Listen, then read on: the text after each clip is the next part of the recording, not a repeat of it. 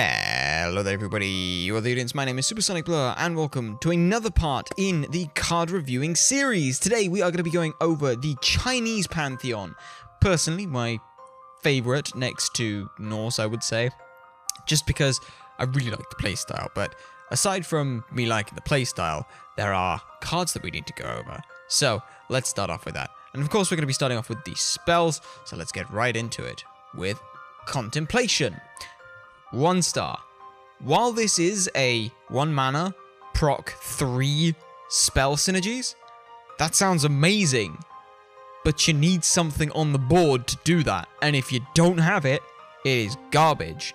And if you do have it, it could be super situational and rely on RNG if it's early game, at which point you're relying on things like Imperial Archer, or it's going to be, haha, look at me, I hit everything for 3 mana because I have Guan Yu. Which means that, you know, you would most likely be having this on turn 6 with a Guan Yu. So you're relying on having this, and if you don't have those spell synergy cards, this is dead. Straight up, dead. Crescent Blade is a 2-star card in my opinion. Dealing that 1 damage to a unit is nice. The fact that it's 1 mana is nice, so it's 1 for 1.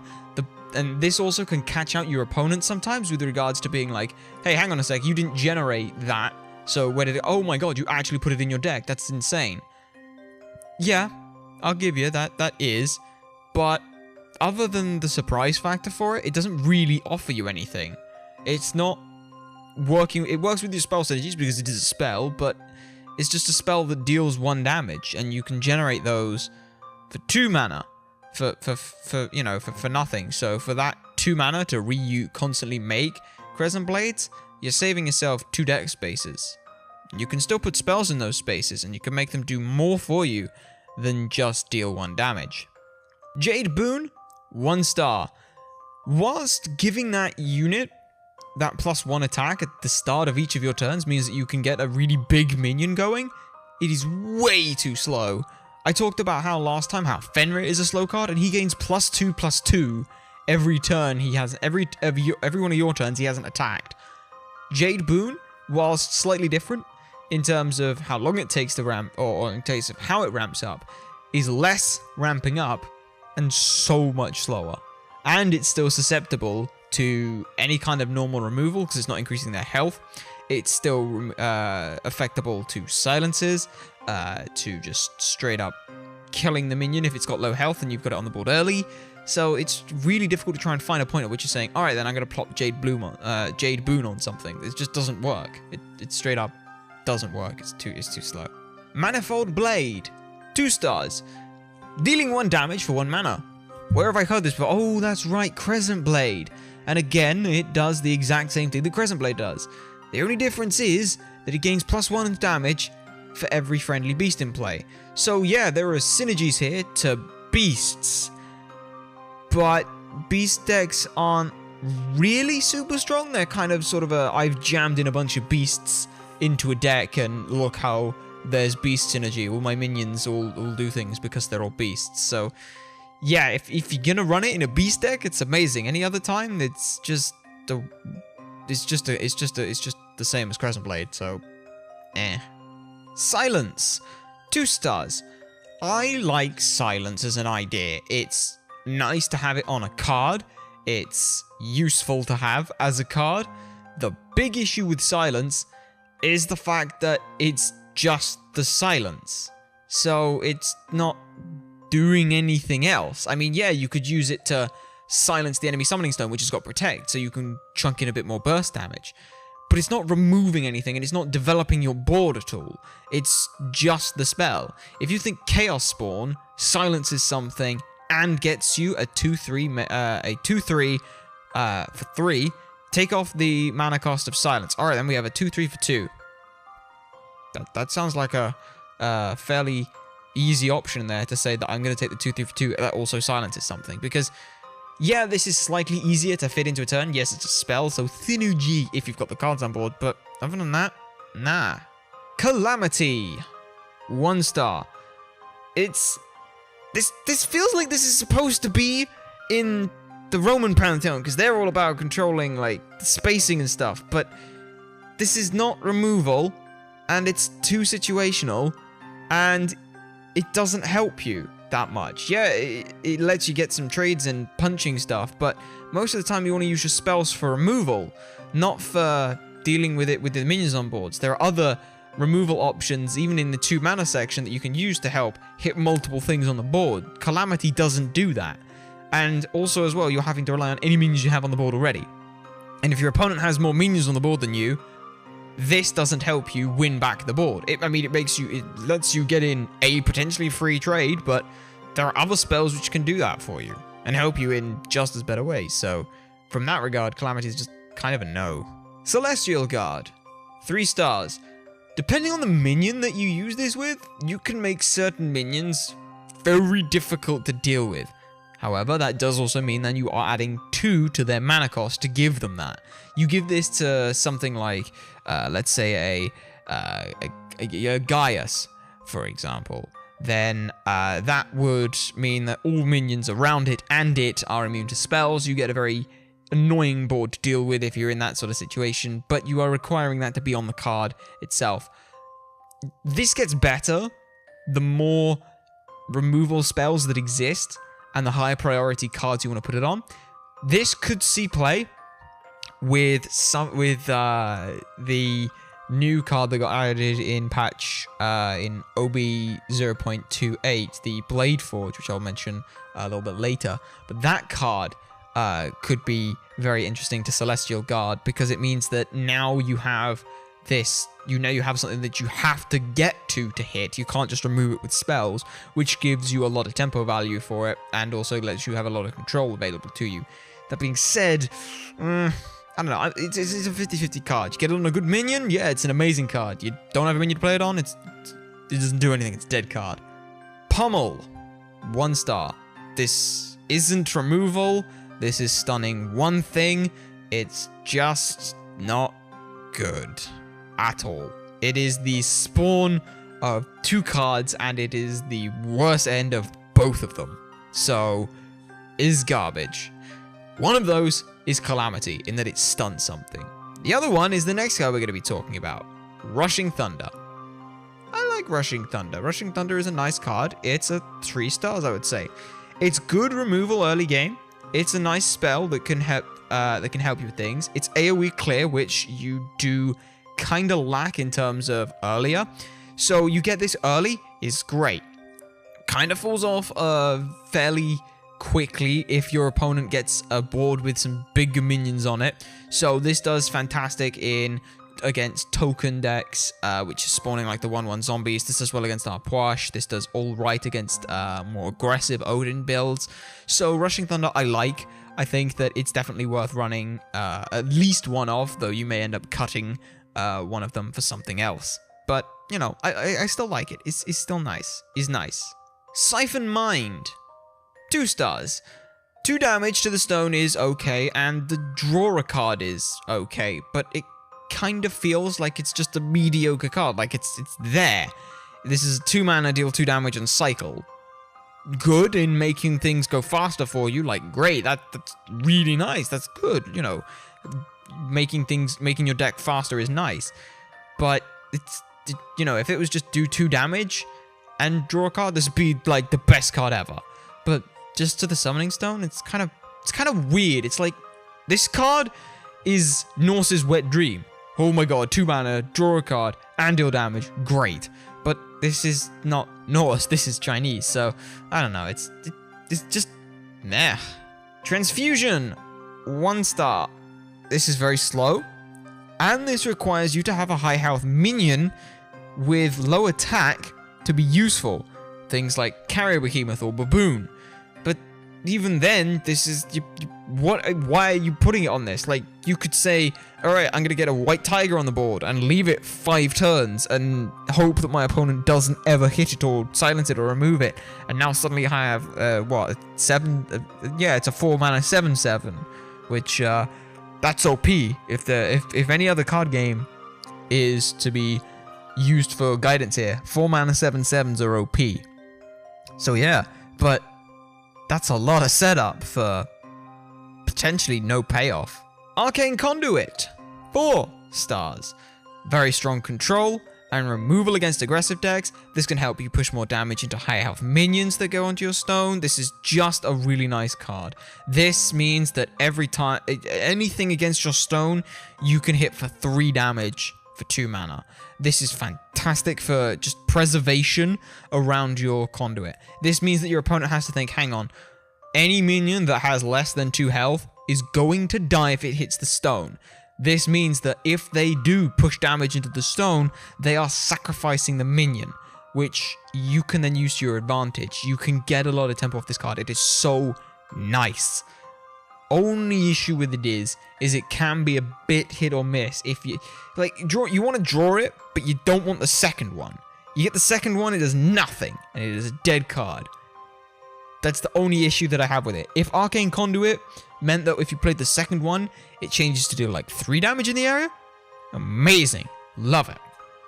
But the thing that's holding this back from being a 5-star card, in my opinion, is just that you want 2 of them for the consistency of making sure you get it, but the second one is dead. It's like the biggest issue that I have with it. Other than that, I love it. I really like the card, but, you know. Blade Forge, my controversial rating for this one is actually 3 stars. Originally, when you look at this, it's like, holy bejesus, this is going to be amazing. You can throw minions out, and now suddenly your hand is replaced with Crescent Blades, which means you get spell synergies, which means when you summon the minions that get spell synergies, you instantly have a 1-mana card to play with them. So it's amazing, but the issue with that is that this requires 3 minions to create 3 blades and earn you 3 mana worth of value. If we say that Crescent Blade costs 1 mana, so that's a thing. Generating a Crescent Blade costs from out of nowhere costs 2 mana. So you are gaining 1 mana every time you play the minion. You need to play 3 minions for this thing to get value, which doesn't sound too hard, but bear in mind that you want to also use those Crescent Blades, so you need to play 3 minions and the Crescent Blades in order to actually generate that value. Also as well, if you aren't playing those Crescent Blades, there's a possibility that your hand actually just gets clogged up with Crescent Blades. And then you're screwed. I mean, yeah, you can just spend a turn dumping them out of your hand, but this card could be a problem. I mean, synergies with Chunga are through the roof. Like, you drop a Blade Forge on turn 3 and a Chunga on turn 4, and you have a few minions to fly with this. It's great. The other big issue, let's say you do dump your hand out. You just spew your whole hand out. Alright then. You have no minions in your hand, because they're all on the board. You only have Crescent Blades in your hand. Your opponent knows that you only have Crescent Blades in your hand. You can empty your hand stupid fast, and then you burnt out as Nuwa, who is all about that controlling area. And having no cards in your hand and relying on top decks is not good. So I think Blade Forge is going to be a bit of a noob trap. Still something I'm going to play around with and enjoy running, but it's a tricksy one. Emperor's Prize, 2 stars. If you have a bunch of cards on the board, late game, this is amazing refuel. You have 3 minions on the board, that's fine. You get 3 mana, draw 3. Top decking out, as I said, Nuwa isn't particularly fun and happy doing that, so being able to refill your hand is great. But, bearing in mind that Ward is draw 2 cards for 3, you need to have 2 minions on the board, and if you're in a bad situation, Emperor's Prize is going to do nothing for you. Projection, 3 stars. This is a great removal option early to help you get the most out of your minions. It works very well with any melee unit and also as well spell damage and any spell synergies. It works with incredibly well just because it enables you to do more damage. You look at a minion and you think almost like Case Metallis, like, oh my god, I can hit something twice. That's great. But not only can you hit something twice, you also get a spell synergy out of it, and you don't take return damage twice. You take it once if you use it on a minion. And it's just, I love it. I really like Projection. It's a very staple card in especially very control-oriented decks. 2 damage, 2-3 damage off Projection is perfectly fine. And like I said, the problem with it is that you do have to have a minion on board. So you're kind of in a bit situational, could be dead, but it's okay. It's okay. Recall, 3 stars. This is a Hogwah, which while doesn't come with a 2-1 range body, could be targeted on any minion, including your own, which means you could reuse your war cries or rescue any minions from being destroyed and replay them. Let's say you have, I don't know, a fire giant. You play the fire giant, you get some value out of it, you smack it into some stuff, it gets kind of low, maybe it gets crippling cursed, or it gets silenced or something, and you're just like, whatever, I'm just going to recall it and reuse it the next turn. Like, it's really good and really strong value. Use this on a Blade Master. Your Blade Master gets not only to redo the damage again of doing 4, but it also gets you that heal back, which is great. Recall can be so versatile on any situation. Your opponent has a big minion you don't want to deal with. Alright then, don't deal with it. Put it back in their hand. Get some tempo value out of it. You want to it's late game. You've got, you make a trade in with something. Say you use, like I said, you use that Blade Master. You get the trade in. It's on like 2 health. You know it's going to die next turn. Recall it, play it again. You get 3 heal and it's back up to full health. Like, that's great. That's really, really great. So, really like the card. Really, really nice. Only issue is, it does rely you to have something worth putting on the board. And if your opponent is too far ahead, recalling 1 minion isn't going to do enough to save you. Evolve! 1 star. I had fun trying to work out the exact value of the average beast that you're going to get from it. There are currently, as it stands, let's have a look, 15 beasts, unless I'm missing any from here. Of which you have 1, 2, 3, 4, 5 of those are 2 mana. So you are losing 2 mana. When playing this card, which is a bad thing. You have one 3 mana, which is the Fury, or the Harpy, sorry, which is not great as a card. There are 1, 2, 3, 4 mana minions, which means you just have chosen a 4 mana minion, which could be that could be a Chao Fang, that could be a Stone Guardian or an Oogway, which are kind of okay. But, you know, you're playing that random bit of where are they now going to be spawned. And then after that, you are technically gaining value out of them. But that's just going to be Bull Demon King at 5 mana, which, if it's on an empty board, is great and amazing. If it's not, it's kind of poo. Also depends on where it's been positioned. Fanway, 6/2. If it gets put in the front line and there's minions around it, it's just it's a dead card. So that's fun. You have Kong, or Kang, which is a 5/5 immune to range, which is okay. You have Suku, which is a 5/3, which is poor. You have the Baboon, which is nice. That's a nice card to get. And Gold Fury, which is okay. The average value of the cards you're getting out of this is around 4 mana. It's 3.8 mana for a 3.4 attack, 3.26 health, melee minion. It's not great, honestly. If you wanted any one of those beasts in your deck, put it in there. The beast synergy is there. However, if you don't have any beasts on board, then it's still poop. Also, if you do have beasts on board, you want the big ones. You high roll this, it's great. You know, you get Gold Fury or a Baboon that early on, great. But that's a 2 in 15 chance. Don't run it. And finally, for the spells, we have Dragon King. 5 stars. This deals 6 damage to a target because it procs its spell damage twice. So this means not only does it do 6 damage, but if you have spell damage, it deals 8. This thing gets affected by spell damage twice. That is something that can get overlooked very easily. Not only that as well, deals 3 damage to everything in that same row. This is strong removal. But not only is it strong removal, this can hit the stone. So even if you're worried like, oh, you know, my opponent's playing around it, you can hit the stone with it. You can put yourself into a situation where like, all right then, you know for a fact that they aren't going to be able to hit this, they aren't going to be putting anything on that row, or they just lose. You know, that's really good. And you can use this as a finisher in bursts. 6 damage for 6 mana. All right then, it's not the greatest, but that's pretty good.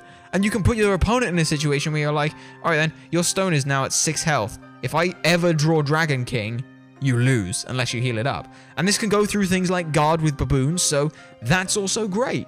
Really, really nice card. Absolutely love it. And so now, moving on to the minions. We have Hogwah first off. 5 stars. Already so good of a card. great tempo swings, and it is good at removing threats. You can get value off this card early. You can get tempo off this card early. You can get value off it late. If your opponent buffs any minions, this gets rid of those buffs. This gives you a 2-1 ranged unit as well, which is alright. Love it. Absolutely love it. Against Norse aggro decks that go really, really aggressive, you go turn 1, you just generate a Crescent Blade. They go their turn 1, they just punch a 1-1 into your stone. You place Hogwah in the backline as a 2-1. That's good. That's actually good for you. Your opponent now has to deal with a 1-1 or a 2-1 which they can't get to, and you get so much tempo off it. Against Zeus decks, your opponent starts buffing up a big minion. Now let's just put it back in their hand. It's so good, and there are so many cards that Hogwah is good with. It's just great. Absolutely great. Ho Yi, 4 stars. This card can hit anything around the stone for free. Really good tempo, really good control, especially in the early stages of the game. You get this down turn 3, you put it in the middle closest to the enemy stone. You can now hit the enemy stone, and you'll hit whatever is around it. This means that anything with 2 health next to the stone has a chance of dying. That's amazing! And Ho Yi doesn't even have to worry about taking the return damage for it. That's how good it is. And if you know that you just are like, oh, it's a melee unit, I don't want to, there's a couple melee units around, and, one of them's got 2 health, and you don't want to roll the chance on it, you just hit it and you could hit the stone as well. Or you could hit another one of their minions. You control spacing really well. You control board presser. It's so nice. Only issue is, Ho Yi does fall off a little bit late game, and can be a little iffy if you're on the back foot. Playing Ho Yi in the backline is nice because you're like, alright then, if they overcommit onto the stone, then I can start doing multiple damage and get a lot of value out of Ho Yi, but my opponent will just then smack Ho Yi and kill him, and then we're sad. Ne Zha, 1 star. This requires just too much to be useful. Yeah, he's a 1-3 body, which after you play a spell becomes a 3-3. I say that 3 in quotation marks, which is very strong if you buff it. But this is an investment on 1 card that needs additional buffs, and this buff that Ne Zha has himself isn't permanent. It's just a lot.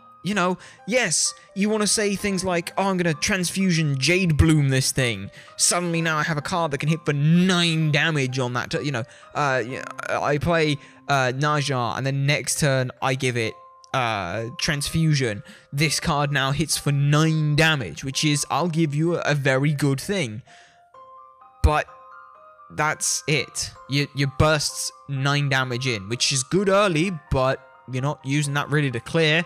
And late game, Ne Zha will just die and not do anything efficient to trade up, because you'll play him and then your opponent will smack it and take 1 damage. Chunga, 4 star card. This is great when you hold your Crescent Blade, and it'll help you make your bigger minions of the deck get useful from the spell's synergies earlier and easier. This, coupled in with a Blade Forge, is a nightmare. Straight up a nightmare. She's a nice weighty body for it. She's a reasonable mana cost, so she's not OP. It's a very well statted, very nice, well-rounded card, and perfect for this deck.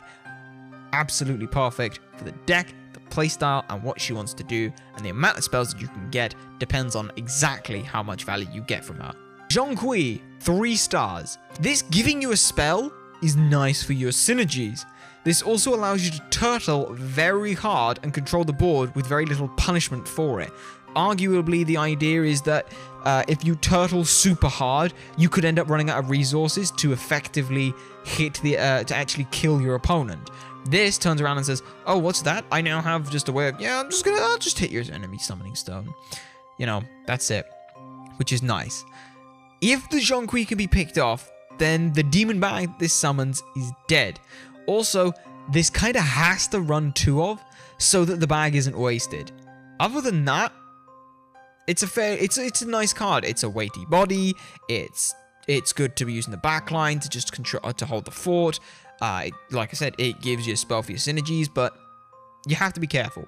Worst case scenario, though, it does eat your removal. It does eat your opponent's removal, at which point then your other minions cannot take that removal. So swings and roundabouts. You just end up with a kind of dead card in your hand. And it's a 2-mana card, which makes it even more clunky to try and use. So, yeah. Kind of awkward. Wukong, 5 stars. Every damaging spell works with this, and it will benefit off of this passive. Even if Wukong is silenced, then it is still a decent-sized body to do work with.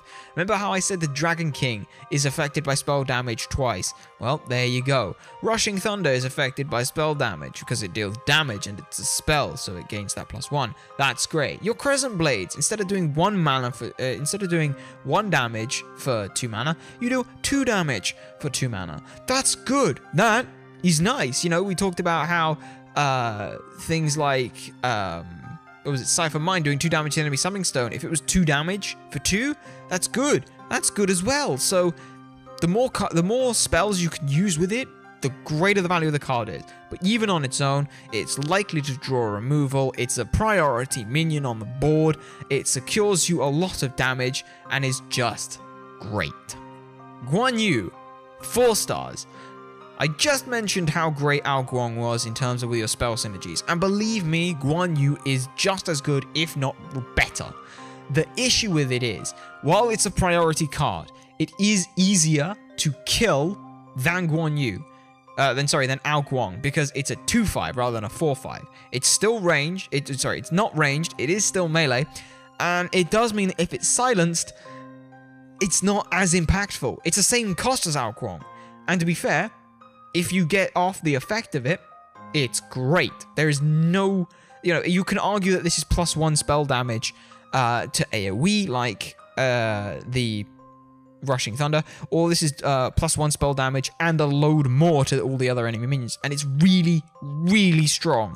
Trust me, this in a turtle formation with an Arcane Conduit, you're dealing 4 damage to anything around the Summoning Stone. What is your opponent going to do? Admittedly, that does come in 3 separate ticks, so that can be awkward if your opponent has things like War Behemoth, but that's still great, like really good. Like I said, the biggest weakness of this card is you run one of it, and if that gets silenced, then you're screwed, unless you recall it back. But at that point, then, you've invested a lot into saving a Guan Yu. And finally, the last card for the Chinese Pantheon is Sun Wukong. 4 stars. A good strong body, and the additional form benefits make him very versatile. You have Tiger form, which gives him +2 attack, which enables him to be an 8/7 for 6, which is insane. You have Ox form, which means if there are enemies around him when you summon, he deals 2 damage to them and knocks them all back. So most likely this is going to kill stuff, or it's going to displace them and give you better trades for it. Or the one which is most likely used is going to be the fact that you have Eagle form, which doubles the movement that all your units can make. This means that your melee units can now move up to 6 tiles, including Sun Wukong himself. This means your ranged units can move 4 tiles. It is insane. Really, really strong. I'm not 100% sure how this will work with the Hindu pillar that's coming out, the one which drops their movement by 1. I don't know whether or not that's additive or when the multiplication goes through. I don't know whether it's a case of, say, you have a melee unit, so it moves 3, it can then move 2, so I don't know whether or not Sun Wukong will say, alright, we double up their base value of 3, and then the stone takes off 1, or whether or not it will go and say, alright, it can move 2, let's double it to 4. I don't know which way around that's going to work, but either way, it's still pretty alright. The big issue with Sun Wukong is he doesn't have any synergies with kind of the rest of a playstyle of a deck. I mean, yeah, it's late game control bigness. That's great, we'll run it. But there's no spell synergies whatsoever. So, all those spells for the control and tempo that you want, you're not getting that with Sun Wukong. You're relying on the other minions to be on board to get the tempo, and Sun Wukong comes in as a nice big beefy body that can then swing a board if need be. Either way, ladies and gentlemen, that finishes up the Chinese Pantheon with a total of 19 spells and 8 minions. The average spell card here is around the same as it was for Norse, if I remember correctly. Yeah, actually it's the exact same value at 2.22 stars. However, the average minion value in this deck is a lot higher at 3.75. Overall, the total value of a card is just over 2.5 stars at 2.69. Sorry, I'm immature. Per card. So it's a fairly nice, well-rounded set. You can see the idea that this is when we start getting a lot more synergies, and in the same way that Norse has its synergies. Instead of being about let's have minions in the board and things, this one is let's control things with spells. And this also works with a lot of the neutral cards as well. Things like all the Imperial cards work quite nicely off of this, and also there are a couple other things like the War Behemoth, which can draw cards for you and be a big beefy body. So really, really nice deck. Like I said, it's personally one of my favorites. Quite a lot of the time it's going to be tempo builds. You're going to either go super greedy with how you're going to do it, so you run a lot of late game and hope that the early game you just worry about removal and then you play big thing after big thing after big thing, or you can run a lot more spell synergies and be looking towards kind of this mid-game tempo control, and you use things like the Imperial Archers to get more damage off of your spells, and from that regard that's all pretty nice. Either way, ladies and gentlemen, I hope you have enjoyed this Pantheon review in terms of the cards. Let me know in the comment section down below what your guys' cards reviews are, whether you think that I misplaced any of the cards, whether or not you think that one of the cards is hidden OP, or whether you think that one of the cards that I think is OP is actually just overrated. Either way, ladies and gentlemen, thank you very much for watching. Remember to like, comment, subscribe, and favorite for more, and to share this stuff so people know that it exists. You guys have been a fantastic audience, and I shall see you all next time.